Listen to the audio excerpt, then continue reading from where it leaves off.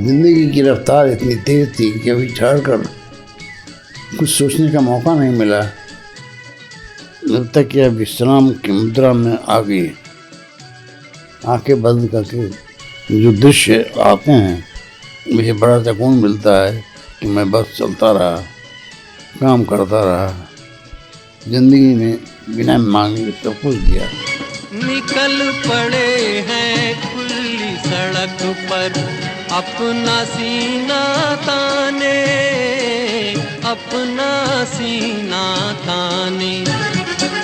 मंजिल कहाँ कहाँ रुकना है, ऊपर वाला जाने, ऊपर वाला जाने। सपने तो सभी देखते हैं, पर ऊंचाई तक पहुंचने का जज्बा हर किसी में नहीं होता। लेकिन बचपन में मिले उत्तम संस्कार साधारण परिस्थितियों में पले बड़े इंसान को भी असाधारण बना देते हैं। करियर की ऊंचाई तक पहुंचे प्रख्यात सर्जन डॉक्टर अखिलेश्वर प्रसाद की कामयाबी की कहानी जिंदगी के कई मोड़ों से गुजरती एक प्रेरक और उपलब्धियों से भरी दास्तान है। एक दिन जीवन के प्रेरक प्रसंगों की तलाश में हम इनके गांव शाहदुल्लापुर की ओर निकल पड़े। इनके साथ यात्रा करना इनकी जिंदगी को बहुत पास से देखने जैसा था। रास्ते भर ये अपने किस्से बयां करते रहे और हम उनका आनंद लेते रहे।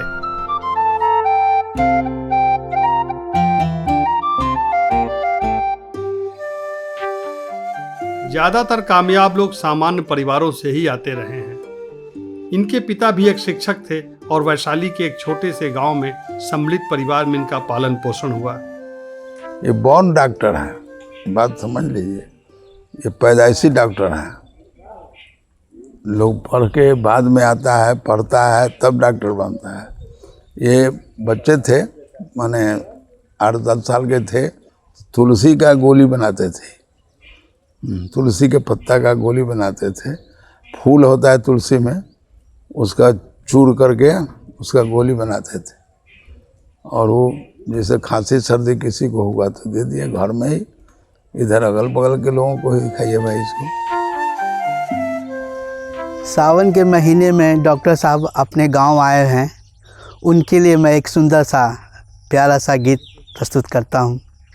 सावन के झूलों ने मुझको बुलाया, सावन के झूलों ने मुझको बुलाया। मैं परदेसी घर वापस आया, मैं परदेसी घर वापस आया।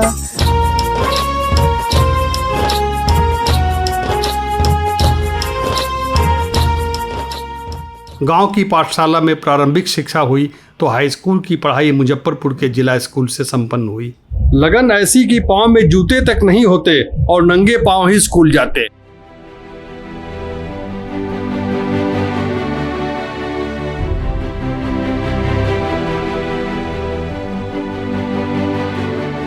उच्च शिक्षा की ललक इन्हें लंगट सिंह कॉलेज ले गई, जहां से इन्होंने इंटर की परीक्षा उच्च अंकों से पास की।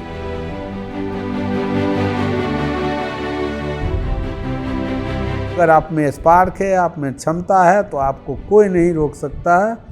आप अपने जीवन को बदल सकते हैं, समाज को भी बदल सकते हैं। हाँ, उसको एक जुनून हो, एक विल पावर के साथ अपना गोल निश्चित करके उस पर आगे बढ़े।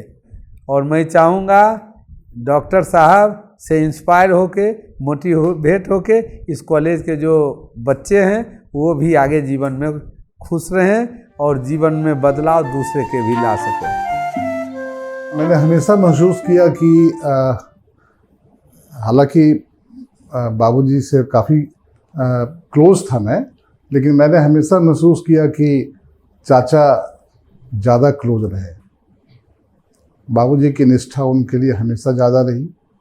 प्रेम हो, चाहे विश्वास हो, चाहे कोई भी चीज़ हो, उनके लिए हमेशा हम सभी भाइयों से ज़्यादा रही। While working on this documentary, I got an opportunity to spend a lot of time with Dr. Akhileshwar Prasad Sinha.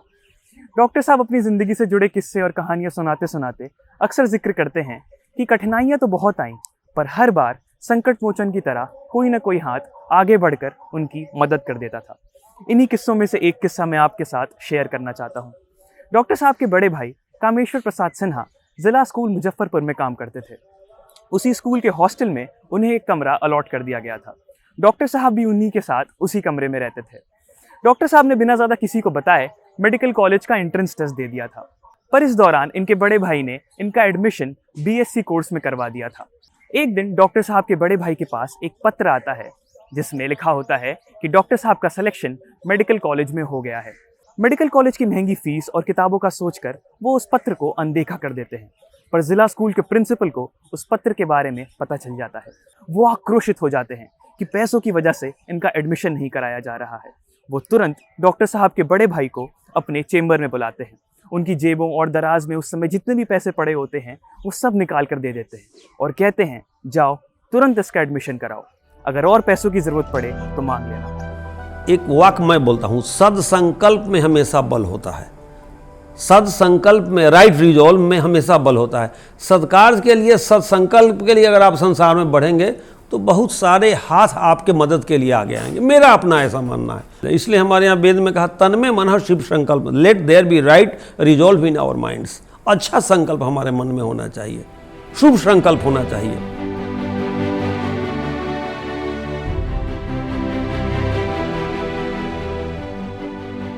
तो डॉक्टर अखिलेश उसी मेडिकल कॉलेज से इन्होंने ग्रेजुएशन किया है, दरभंगा मेडिकल कॉलेज से, जिससे मैंने किया है।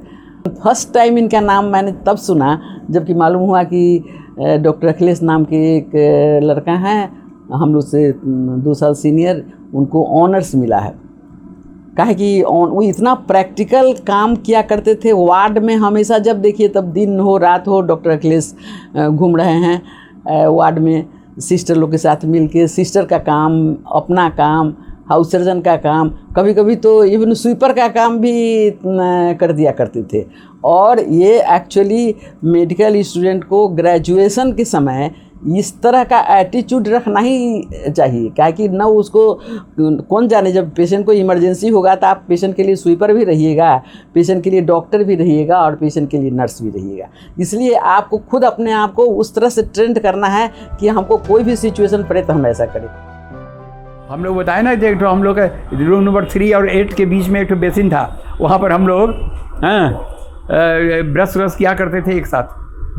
तो उसी समय का याद है कि एक फाइन मॉर्निंग मन लगेगा, क्या देखते हैं कुछ आपका ये धोती होती कुछ ये सब पैर में रंगा हुआ कुछ समथिंग, अरे हमारी शादी हो गई।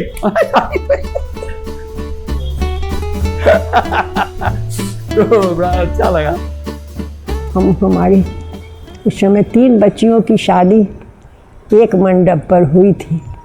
मेरी दीदी थी, मेरी बड़ी दीदी, तो वो हम ही को दे दी कि जाके वो परीक्षावन का काम करो, परीक्षण का काम करो। और ये स्टूडेंट थे मेडिकल के, तो हमको वो रूप याद है बेटा, एकदम सहज और सुकोमल बच्चा की तरह।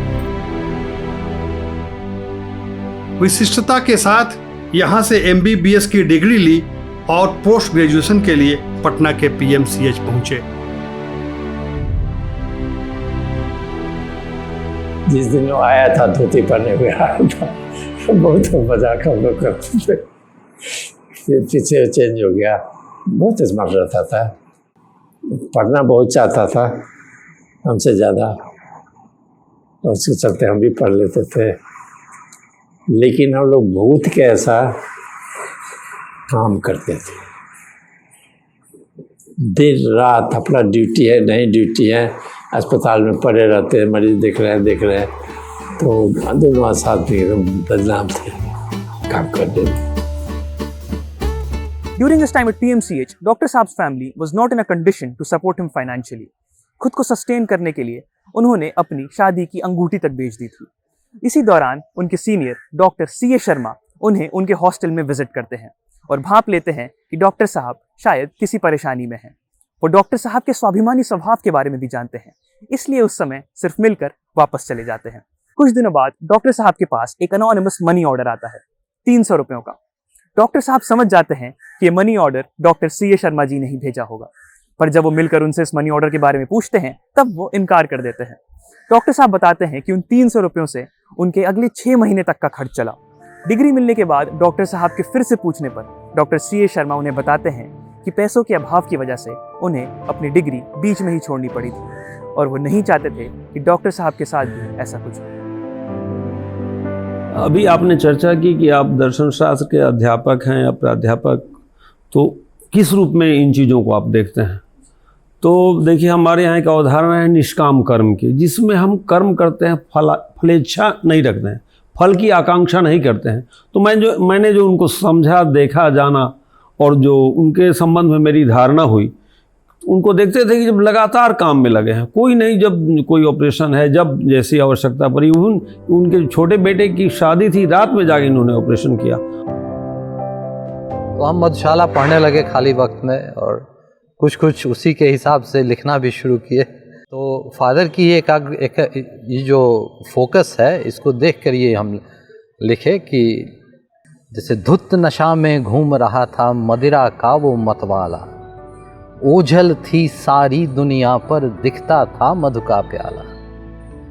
ये दुनिया वाले कैसे जाने क्या उसकी मजबूरी थी, मदहोशी के हालत में ही दिखती उसको मधुशाला। बाजी कभी ये ऐसा नहीं कि यहाँ पार्टी कर रहे हैं, वहाँ पार्टी कर रहे हैं, उसका चाहे लोग गैदर हो रहे हैं बहुत एवरी इवनिंग, ताश, ड्रिंक्स, ये सब का कभी कल्चर नहीं रहा मेरे घर में। तो उसका वजह यही था कि वो वन थिंग आफ्टर अनदर उनके लाइफ में एक चीज़ अचीव कर लिए, दूसरा फोकस बन जाता था और कंटिन्यूस रहा है अभी तक।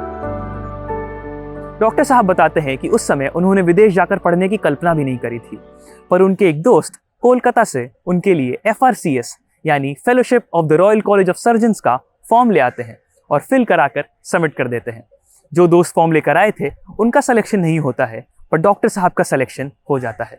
उसके बाद डॉक्टर साहब जैसे इसे अपना प्रारब्ध ही मान लेते हैं और अपनी पहली फ्लाइट टिकट खरीदने के लिए अपना स्कूटर तक बेच देते हैं और स्कॉटलैंड जाकर FRCS की डिग्री प्राप्त करते हैं। हाँ, तो उनको FRCS करने के लिए जाना था, तो ही गेव अप सब कुछ। I understand he sold off his stuff to go, बेच के गए। And one of the things जो बेचे वो स्कूटर था, बजाज का स्कूटर, विच एक्चुअली जब मेरा जन्म हुआ था ना तो उसका डिलीवरी हुआ था। जो जिसने ख़रीदा उसको वो बाहर छोड़ के जाते थे, हमारे घर की तरफ नहीं लाते थे, वो स्कूटर को कहीं और छोड़ के आते थे, क्योंकि मैं ढेला मारता था कि मैं डॉक्टर साहब के जीवन का सबसे निर्णायक मोड़ आता है जब एक दिन स्कॉटलैंड में उनके पास उनके बड़े भाई का पत्र आता है, जिस पत्र को पढ़ने के बाद लिया हुआ फैसला उनके व्यक्तित्व को असल मायने में डिफाइन करता है। बहुत कम आदमी है जो इंग्लैंड से वापस होता है, खासकर मेडिकल फील्ड में, चूँकि यहाँ ऐशो आराम की ज़िंदगी है, आमदनी है, सारी व्यवस्था है, सुरक्षा है, लेकिन ये सिर्फ भाई की आवाज़ पर विदेश छोड़ करके पटना आ गए। भैया ही सब कुछ थे, तो हम लोग वहाँ से आए। हम यहाँ तक कि हमें, मेरे मन में भी नहीं हुआ कि इतनी फिसलती हुई ज़िंदगी को छोड़ करके और फिर वहाँ जा रहे हैं, जॉब का क्या होगा, इनकी जॉब का निश्चित नहीं था, कहाँ मिलेगा क्या मिलेगा, लेकिन उसको भगवान के हाथ में डाल के बस सीधे यहाँ हम पहुँच गए। इंग्लैंड से वापस आकर यहाँ इन्होंने फिर से एक नई जिंदगी की शुरुआत की और PMCH ज्वाइन किया। जिस तरह से मतलब दादाजी एकदम अच्छे से सेटल हो गए थे इंग्लैंड में, पर फिर भी जब उनको बड़े दादाजी ने जब बुलाया तो वो सब कुछ छोड़ के उसी टाइम पे चले गए। उसी तरह जब मैं भी कहीं एक अच्छे से जगह पे जब सेटल रहूँगी या जब एकदम अच्छे से रहूँगी, तो अगर मेरे फैमिली मेम्बर भी जब मुझे बुलाएंगे तो मैं भी सब कुछ छोड़ के जाऊँगी उनके पास। नॉट थिंकिंग कि what is the risk but living the risk, acting. So ये एक्ट करना ना, this is something he is always taught, वो कर्मण्यवाधिकारस्ते मा फलेषु कदाचन, कि you have to keep acting. हम तो चले थे अकेले ही 92 मंजिल, लोग साथ आते गए और कार वहाँ बनता गया। तो अखिलेश्वर बाबू का धीरे धीरे पटना में या बिहार में इतना बड़ा एक कार्य क्षेत्र बन गया कि फिर उसका कोई सानी नहीं रहा। This was year 1979 and Professor A.P. Sinha had just returned from England after a 5 or 6 years that class is memorable to me. Smart young man, very handsome, pinstripe suit, tie, and he still had that English accent. Well, young boys, I'm going to talk to you about priapism, and the whole class went into laughter. वो 1985 का एक समय था जब मैंने admission लिया था Patna medical college hospital में, और चाचा वहाँ एज असिस्टेंट प्रोफेसर काम कर रहे थे सर्जरी में। और जो आरएसबी का मेन एंट्रेंस था उसके ठीक सामने के एंट्रेंस का चैम्बर उनका था। तो हम लोग एज ए स्टूडेंट अभी भी मानते हैं कि वो बड़ा प्राइम लोकेशन होता है, taking part in all the activities of the Patna medical college hospital, being one of the part of the disciplinary committee, and being warden of one of the largest and oldest hostel, that is old hostel। तो ये सारी चीज़ें उस समय उनके साथ जुड़ी हुई थी, and I felt proud because कि वो मेरे चाचा थे। लेकिन एक और महत्वपूर्ण बात ये है कि कभी भी उन्होंने मुझे ये महसूस नहीं करने दिया कि वो मेरे चाचा हैं और वो इस हॉस्पिटल में हैं। इनके पास जितनी भी गाड़ियाँ होती थी उसका नंबर होता था 2400 2400। तो जैसे मैं अपने ग्रुप में या बच्चों के साथ खड़ा हूँ या कॉमन रूम में बैठा हूँ, तो जैसे ही इनकी गाड़ी का नंबर दिखता था, जो स्टूडेंट्स होते थे वो थोड़ा सा कॉन्शियस हो जाते थे, थोड़ा डिफरेंट फील करते थे। बहुत कम लोगों को इतना नोटिस किया जाता था जितना नोटिस था। तो जैसे आप उसको कह सकते हैं कि जैसे it's like a lion entering into the premises. मुझे याद है कि जब एमएस का मैंने वाइवा क्लियर कर लिया था, मैं उनके साथ प्राइवेट में काम करता था। नेक्स्ट डे मॉर्निंग में जब असिस्ट करने के लिए उनके साथ मैं खड़ा था, तो यूजुअली असिस्टेंट ब्रेक व्रेक करके, तो तौलिया बिछा के सब कुछ करके, जब चीफ सर्जन आते हैं तो वो दूसरी तरफ सामने चला जाता है। उसी तरह से मैं उस तरफ जाने लगा। सर ने यही कहा कि नहीं, आज तुम ऑपरेट करोगे, and he assisted me on the patient. And I feel कि ये कोई पिता ही कर सकता है या फिर गुरु कर सकता है। उनकी तस्वीर मैं अपने चैम्बर में हमेशा इसलिए रखता हूँ कि उनकी तस्वीर से मुझे भी उन जैसा बनने का प्रेरणा मिले, और लाइफ का जितना अपने काम के प्रति डेडिकेशन और लाइफ के प्रति पॉजिटिविटी जो सर में है और कुछ मैंने और मैडम में भी है, ये दोनों अनुकरणीय है। कोई भी इन चीज़ों को अडैप्ट कर लेता है तो नेचुरली उसका लाइफ बहुत सक्सेसफुल होता है। एज ऑपरेटिव पार्ट तो मुझे सबसे पहले याद है कि हम लोग जब ओटी में जाते थे, इनका जो टाइम शेड्यूल था एकदम पक्का 9 बजे पहुंच जाते थे। हम लोग को दौड़ते दौड़ते देर हो जाती थी, लेकिन ही वाज सो पंक्चुअल, वो आके बैठे रहते थे।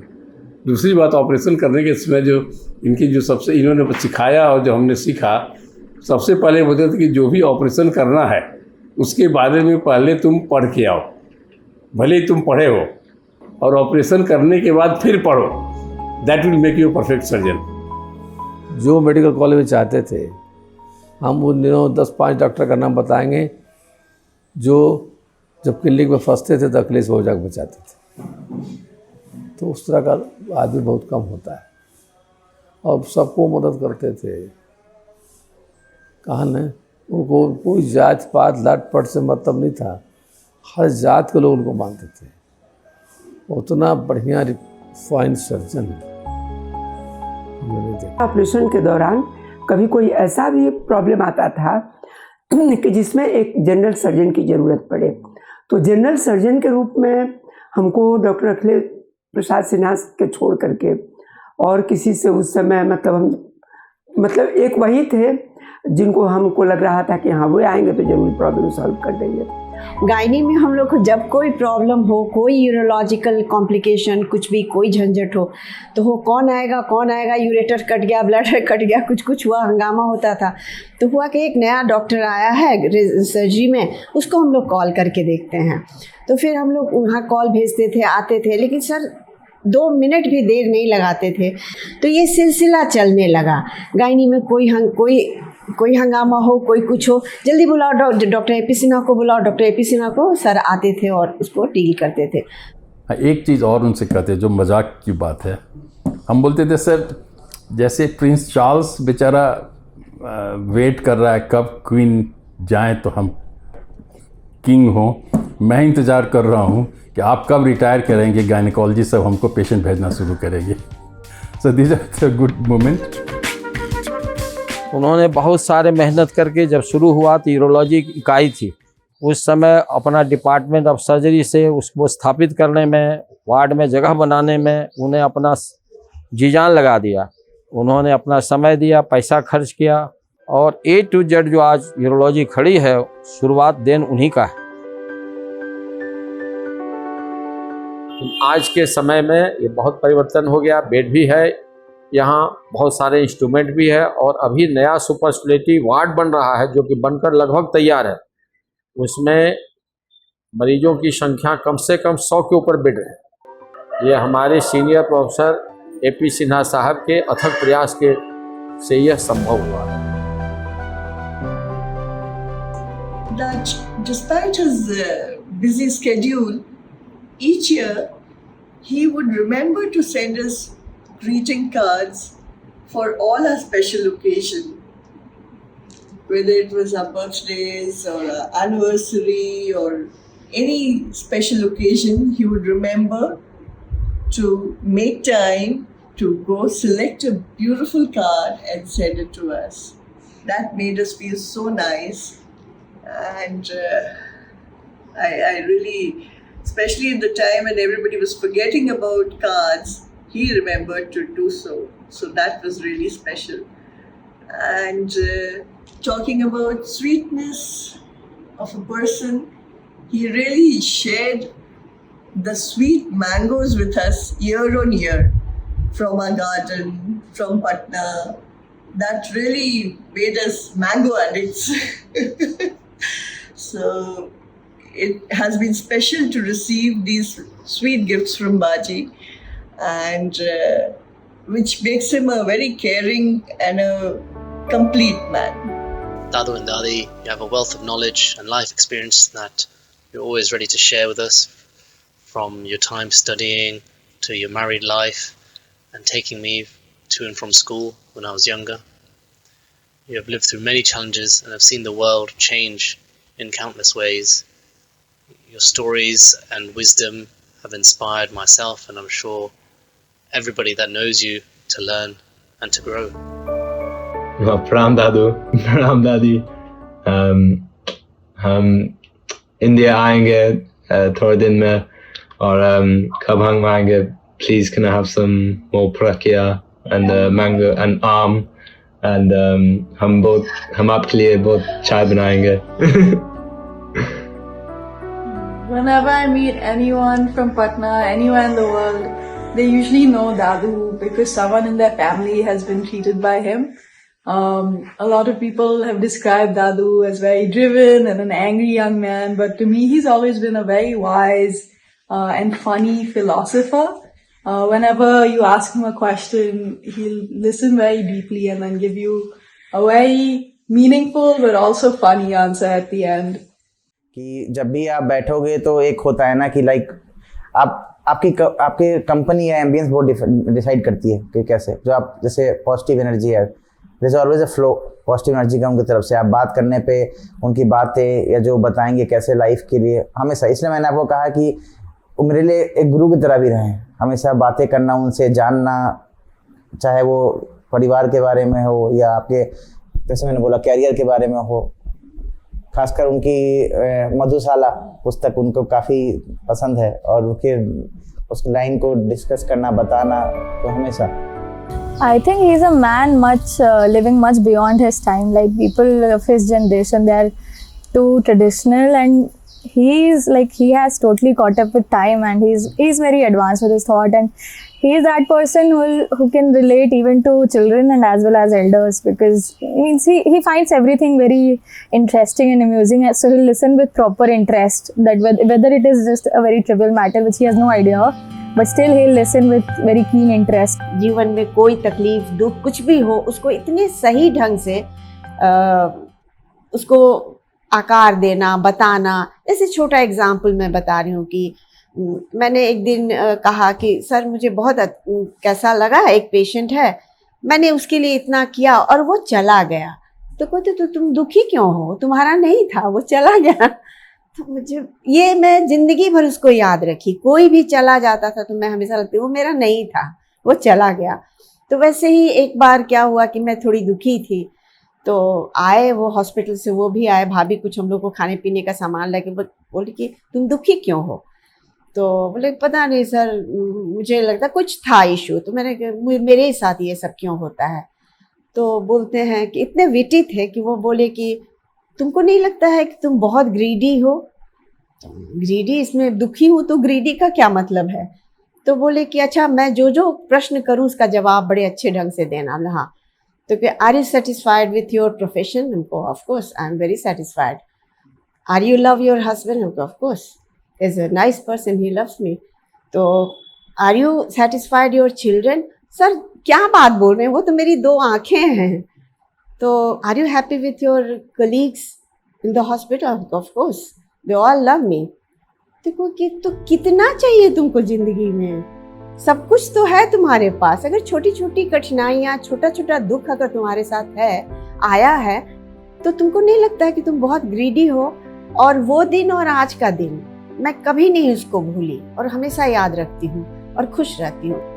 A doctor in his youth, fully composed, sober, no nonsense, handsome but threatening by his presence, and suddenly the same person changes, smiling, laughing, mixing, socializing, वो ताली बजा के और ध्यान लगा के कीर्तन भी उसी भाव से करना जिस भाव से वो सर्जरी करते थे।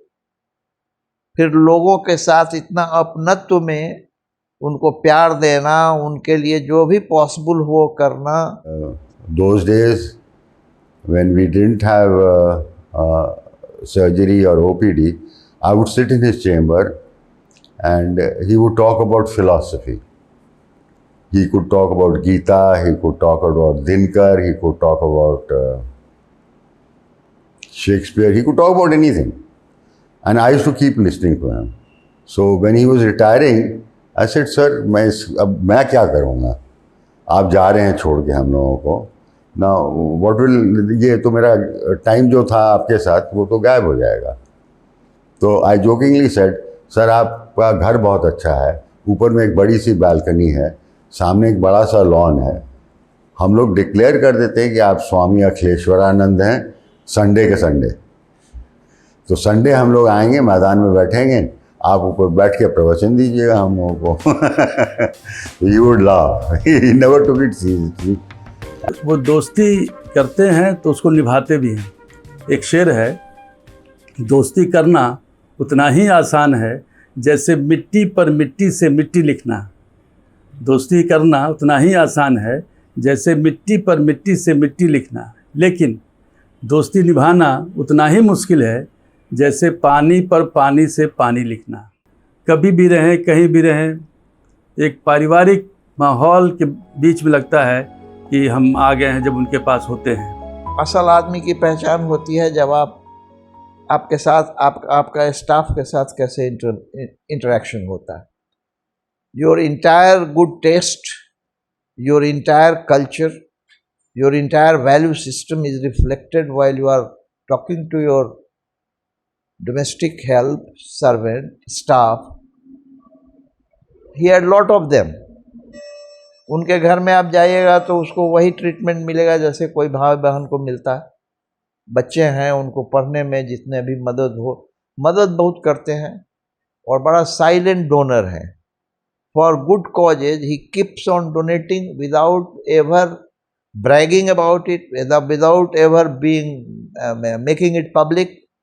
14 साल का उम्र था तो उसमें यहाँ आए और जब से रहने लगे यहीं पे है और उसके बाद दोबारा फिर इधर उधर गए नहीं। ये लोग तो बहुत ही अच्छा, जिसको लोग कहता है ना भगवान भी सुनते हैं, मेरे लिए तो वही भगवान के पास। मुझे नानू दोनों को लस्सी पीना बहुत ही पसंद है। तो जब भी शाम में स्कूल के बाद खेलने का जब मैं यहाँ पर आता था तो सबसे पहले नानू मुझे लस्सी पिलाते थे और ख़ुद भी पीते थे। वो मेरे बिना शाम में नहीं पीते थे। I very fond of chocolates, तो फिर मेरे लिए उनके फ्रिज में पूरा एकदम चॉकलेट का एक बॉक्स रहता है कि हाँ जब ऐशानी आएगी तो फिर उसे चॉकलेट चाहिए।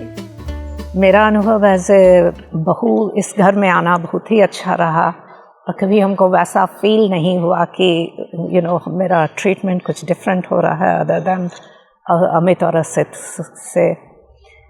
एंड थ्रू आउट बहुत हम लोग को सपोर्ट मिला है, माँ का सपोर्ट रहा दोनों बच्चे को ग्रो करने में।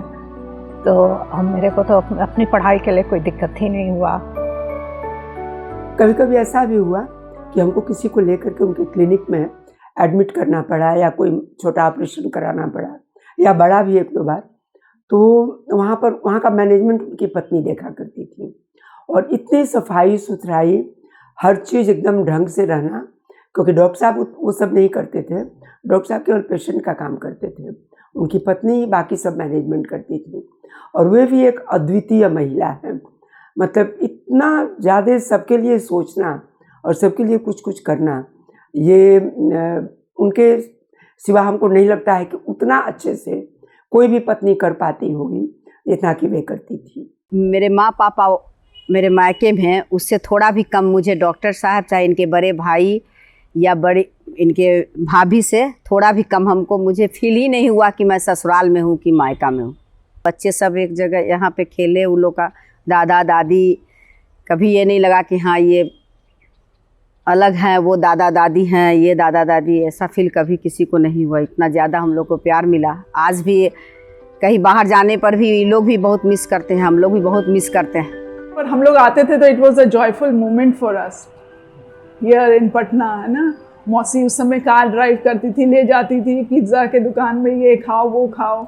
मतलब बचपन का एक बहुत ही जो कहते हैं जॉयफुल, बच्चे मतलब क्यों कहीं आना जाना क्यों पसंद करते हैं कि मतलब वहाँ प्यार मिलता है। मतलब दोनों ही लोग इतने कंफर्टेबल फील करवाते थे और हमेशा इनकरेज करना कि हाँ पढ़ो, अच्छा रिजल्ट लाना है, ये करना है। तो बोले कि इसी तरीके से कि हमारे लाइफ में मतलब एक बार ऐसा आया कि मतलब लाइफ में हमेशा स्ट्रगल रहा, लेकिन एक बार लाइफ में इतना स्मूथ चल रहा था कि मैं गाड़ी में जा रहा था और मुझे लग रहा था कि ऐसा लाइफ में इतना स्मूथ कैसे चल रहा है सारा का सारा लाइफ, ऐसा तो मेरी ज़िंदगी में कभी हुआ नहीं। और उनके दिमाग में ये थॉट आया और फिर वही बताया कि इवनिंग मुझे पता चला कि मौसी को जो है she is diagnosed with cancer. Usually ladies का होता है ना कि छोटी छोटी चीज़ों में बहुत व्याकुल, बहुत हंगामा, हर चीज़ छोटे छोटे चीज़ों को। अगर किसी को पता नहीं कि उनको कैंसर है, if anyone is unknown about the disease that she is have, पता ही नहीं चलेगा कि उनको इतनी भारी बीमारी से लड़ रही हैं। पहली बार था कि मौसा जी अकेले आए थे हमारे घर, ऐसे हमेशा मौसी के साथ जाते थे। पापा पूछे कि दीदी कैसी है, तो मौसा जी बहुत अच्छा से बोले दीदी कैसी है, मेरे घर का मनी जो है वो मुरझा गया है। नहीं, मेरी जो मनी जो है उसकी चमक कम गई है, तो मैं क्या बोलूँ कि घर कैसा है। जो मिल गया उसे तो मुकद्दर समझ लिया,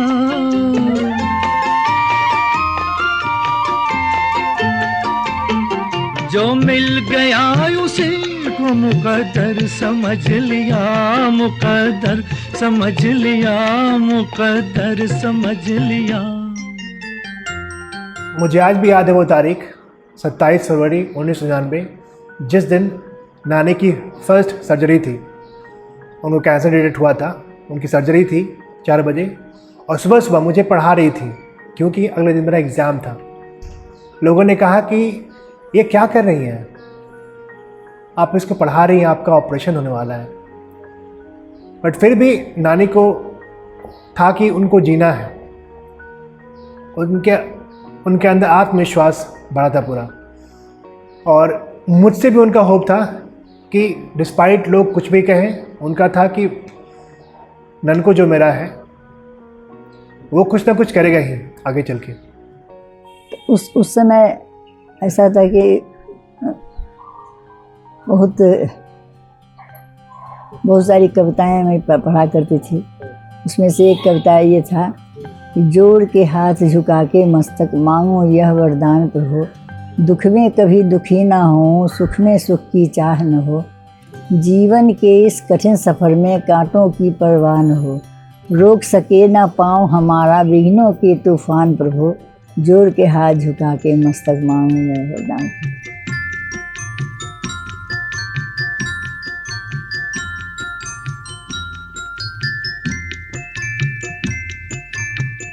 ये बीमार अखिलेश्वर प्रसाद सिंह, एक डिवोटी अखिलेश्वर प्रसाद सिंह, कोई गांव का हो या कोई बाहर का हो, दूसरे को मदद करना सब कुछ। एक सर्जन के रूप में एक ऑल टुगेदर एक कंपोजिट पिक्चर है जो बहुत नज़दीक जाने पे आपको रोज़ एक जैसे कोई चीज़ अनफर्ल होता है, एक पेटल, तो वो फूल की तरह खिलते गए और मैंने उनकी पत्तियों को बहुत नज़दीक से देखा। ऊपर नीचे नीचे ऊपर लहर चले जीवन की, लहर चले जीवन की, नादां है जो बैठ किनारे पूछे राह वतन की, पूछे राह वतन की। चलना जीवन की कहानी, रुकना मौत की निशानी, सर पे लाल टोपी रूसी फिर भी दिल है हिंदुस्तानी, मेरा जूता है जापानी ये पतलून इंग्लिस्तानी, सर पे लाल टोपी रूसी फिर भी दिल है हिंदुस्तानी, मेरा जूता है जापानी।